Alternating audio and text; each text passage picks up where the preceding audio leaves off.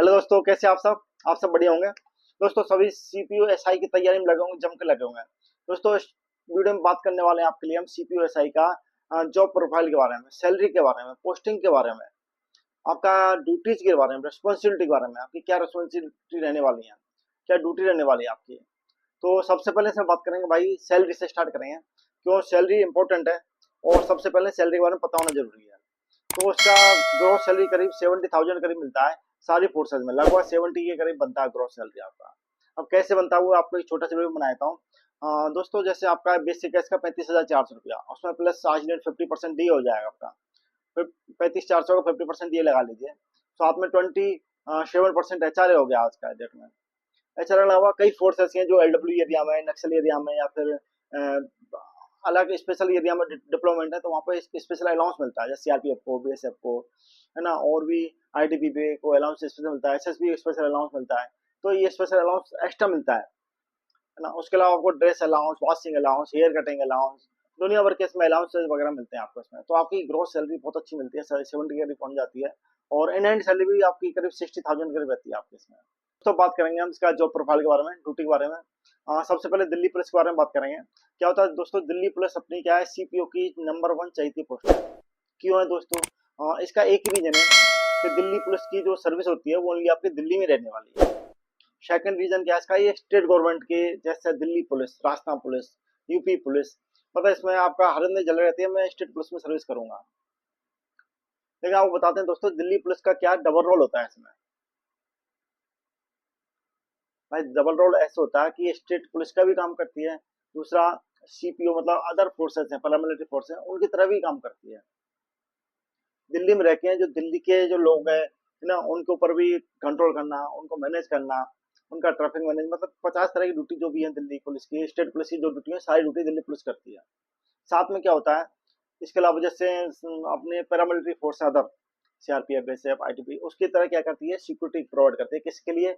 VIP, बीबीआईपी, है ना, जो मतलब दिल्ली में रहते हैं या फिर आते हैं, है ना। तो आपको पता है सारे जितने भी टॉप बीबीआईपी, वीआईपी या जितने भी इंपॉर्टेंट आदमी है, सारे दिल्ली में रहते हैं या फिर बॉम्बे में रहते हैं, है ना। तो दिल्ली पुलिस का काम, मैक्सिमम काम क्या है, सिक्योरिटी प्रोवाइड कराना है। देश की राजधानी है भाई ये, है ना, संसद भी है यहाँ पर, मतलब दिल्ली पुलिस का अहम रोल होता है, सबसे अहम रोल है दिल्ली पुलिस का।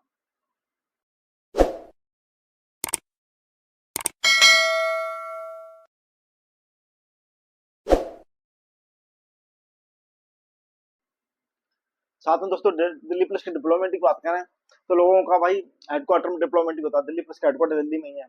साथ में और पास में भी डिप्लोमेंट कर देते हैं इनका। सिक्योरिटी में भी किसी का मतलब वीआईपी सिक्योरिटी में लगा दिया, वीवीआईपी सिक्योरिटी में आपको लगा दिया, कहीं भी आपको लगा सकते हैं। और आपको क्या करना होता है, सुपरवाइज जैसा करना होता है, मतलब मैनेज जैसे करना होता है।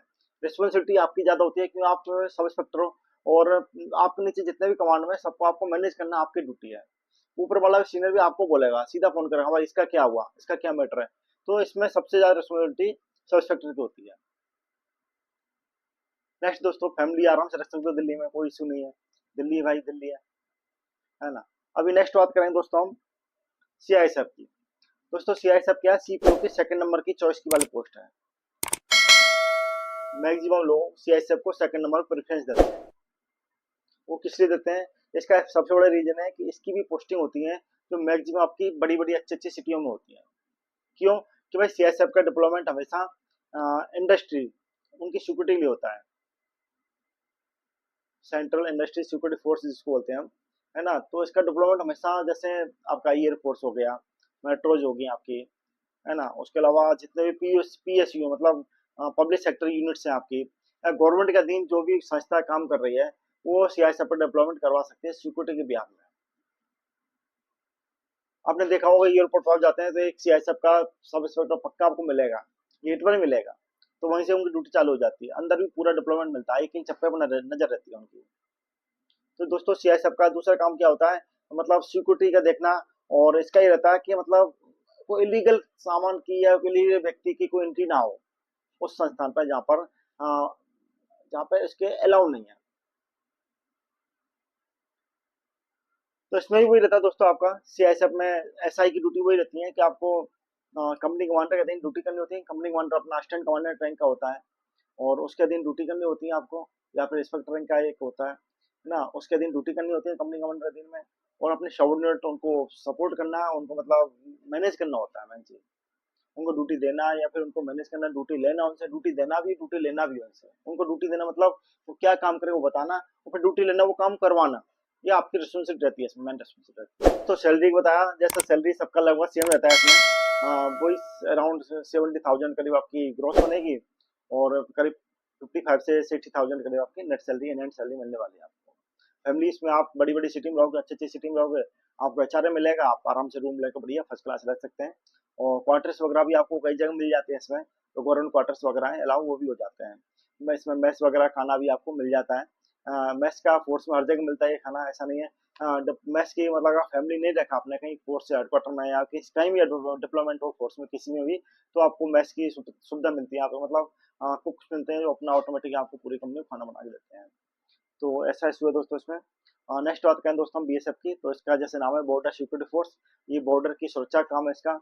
और एक इनका क्या होता है, मतलब मेन काम क्या होता है, जैसे शांति बहाल एक टाइम पे, अभी कोई लड़ाई दंगा नहीं चला, नॉर्मल है, तो उस टाइम पे बॉर्डर पे मतलब इनका गश्त देना, बॉर्डर सुरक्षा करना, बॉर्डर पे इलीगल ट्रैफिकिंग को रोकना, है ना, ये सारे काम बीएसएफ के होते हैं दोस्तों। यहाँ पर भी आपका सेम सब सेक्टर ड्यूटी रहती है कि अपने सबऑर्डिनेट ड्यूटी अलॉट करना, उनको देना, रिस्पॉन्सिबिलिटी देना, उनको उनसे जिम्मेदारी से रिस्पॉन्सिबिलिटी लेके काम करवाना।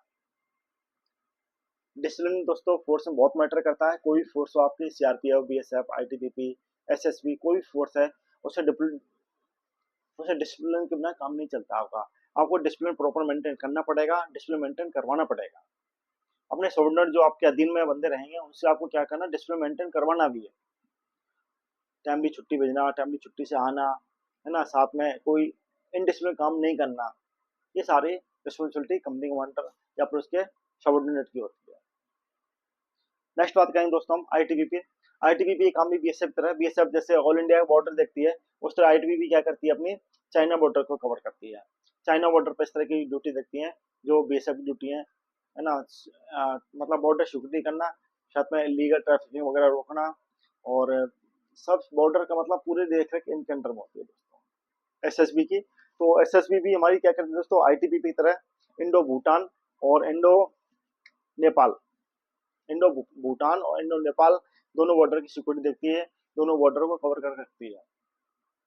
और इसका भी डिप्लोमेंट दोस्तों इसी तरह लास्ट मतलब भोपाल और नेपाल। एसएसबी डिप्लोमेंट दोस्तों क्या है, सबसे बड़ी बात क्या है इसमें, इसका जो डिप्लोमेंट है आपका नेपाल और भूटान बॉर्डर के करीब करीब उधर ही डिप्लोमेंट है आपका।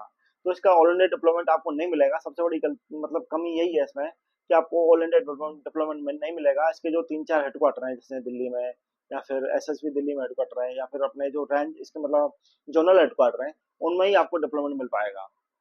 तो इसका यही इशू। सैलरी दोस्तों सभी की लगभग सेम ही रहती है। जो अलाउंस वजह में डिफरेंट है सभी फोर्सों के, तो अलाउंस थोड़ा ऊपर नीचे हो सकते हैं आपके। नेक्स्ट बात करेंगे हम सबसे नंबर 1 फोर्स दोस्तों, इंडिया की नहीं वर्ल्ड की नंबर 1 फोर्स है सीआरपीएफ के बारे में दोस्तों, सेंट्रल रिजर्व पुलिस फोर्स। इसका काम क्या होता है दोस्तों, आतंकवादी, उग्रवादी, नक्सलवादी एरियाओं में अपना कवर कर रखना। इनका काम यूं ज्यादा मेंटेन हो जाता है, ज्यादा इसलिए ज्यादा एफर्ट हो जाते हैं कि इनको क्या करना होता है, अपने में से अपनों को ढूंढना होता है दोस्तों। आप जा रहे हैं, आपको नहीं बताया कौन उग्रवादी है कौन नक्सलवादी है, तो ये सबसे बड़ी चैलेंजिंग काम होता है इनका कि नक्सलवादी को, उग्रवादी को पहचानना, फिर उसको सर्च आउट करना, उसको ढूंढना, उसको फिर उसका सामना करना। दोस्तों सीआरपीएफ डेवलपमेंट ऑल इंडिया में ये आर्मी के साथ भी काम करती है, बीएसएफ के साथ भी हाथ से कंधा मिला काम करती है, बॉर्डर पर भी लड़ाई करती है, और इंटरनल क्षेत्रों में भी आपके छत्तीसगढ़ और झारखंड, महाराष्ट्र, और जैसे नॉर्थ ईस्ट में ले लिए जितनी भी एरिया, आसाम, गुवाहाटी, सब में मतलब हर जगह आपको सीआरपीएफ डिप्लोमेंट मिल जाएगा। इसमें फैमिली के लिए भी ठीक है। ज्यादा हार्ड एरिया में आप फैमिली नहीं रख सकते हो, लेकिन नॉर्मल एरिया में आप फैमिली रख सकते हो। साथ में क्या होता है दोस्तों, सीआरपीएफ अगर आपके 2 साल 3 साल हार्ड एरिया में पोस्टिंग रही है, तो 1-2 साल आपको क्या करते हैं, आपको 3 साल 2 साल के लिए आपको सॉफ्ट एरिया में रखते हैं, जिससे आप अपनी फैमिली के साथ आराम से रह सकते हो। सारी फोर्सेज में छुट्टी बहुत अच्छी मिलती है दोस्तों, कोई इशू नहीं है। और सब इंस्पेक्टर का काम यहाँ भी वही है, आपको कंपनी कमांडर अधीन ड्यूटी करनी होती है, और डिप्लॉयमेंट जो भी ड्यूटी है अपने सबऑर्डिनेट के साथ में आपको ड्यूटी करनी है, उनको कवर करना, उनको मेंटेन करना, उनको ड्यूटी अलॉट करनी है, ड्यूटी करवानी है उनसे, है ना। इसके अलावा दोस्तों एक चीज बता दूं, हमारी जितनी फोर्सेस आ रही है सीआरपीएफ का मेन काम क्या होता है, लॉ एंड ऑर्डर को मेंटेन करना। दिल्ली पुलिस का ही मेन काम होता है लॉ एंड ऑर्डर को मेंटेन करना, एल एंड ओ। तो मैक्सिमम ये हमारा लॉ एंड ऑर्डर को मेंटेन करने का काम है इनका।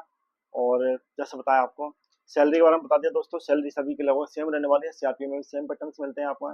इसमें आपको क्या होता है, एलडब्ल्यू अलाउंस मिलता है, जो नक्सल अफेक्टेड एरिया उनमें रहने का, आपको नॉर्थ ईस्ट में रहने का अलग से अलाउंस मिलता है, जेएनटी का अलाउंस अलग से मिलता है, साथ में एचआरए मिलता है ना। और एचआरए सभी को मिलता है, लेकिन इसमें क्या है, कई एरिया में जैसे श्रीनगर जैसी एरिया वहाँ पर आपको डबल एचआरए की सुविधा भी आजकल बताई गई है। और बहुत सारे इसके अलावा और भी कई अलाउंस मिलते हैं दोस्तों। और सैलरी बहुत अच्छी है फोर्सेज में, सर्विस भी बहुत अच्छी है। और सबसे बड़ा इश्यू क्या है दोस्तों, इसमें सबसे बड़ी चीज़ एक ही है, फोर्स में आपको आना है तो अपने आप को देश का नाम करना है, देश के लिए कुछ गुजरने का जज्बा होना चाहिए आपके अंदर में। आपके अंदर में समझिए कि मुझे देश के लिए कुछ करना है। या फिर इन फोर्सों की भर्ती के संबंध में, इस संबंध में कोई आपको जानकारी चाहिए तो मुझे आप कमेंट कर सकते हैं। और वीडियो को भाई जरूर लाइक करें, शेयर करें, अपने दोस्तों के साथ में शेयर करें, और चैनल को जरूर सब्सक्राइब करें। थैंक यू दोस्तों।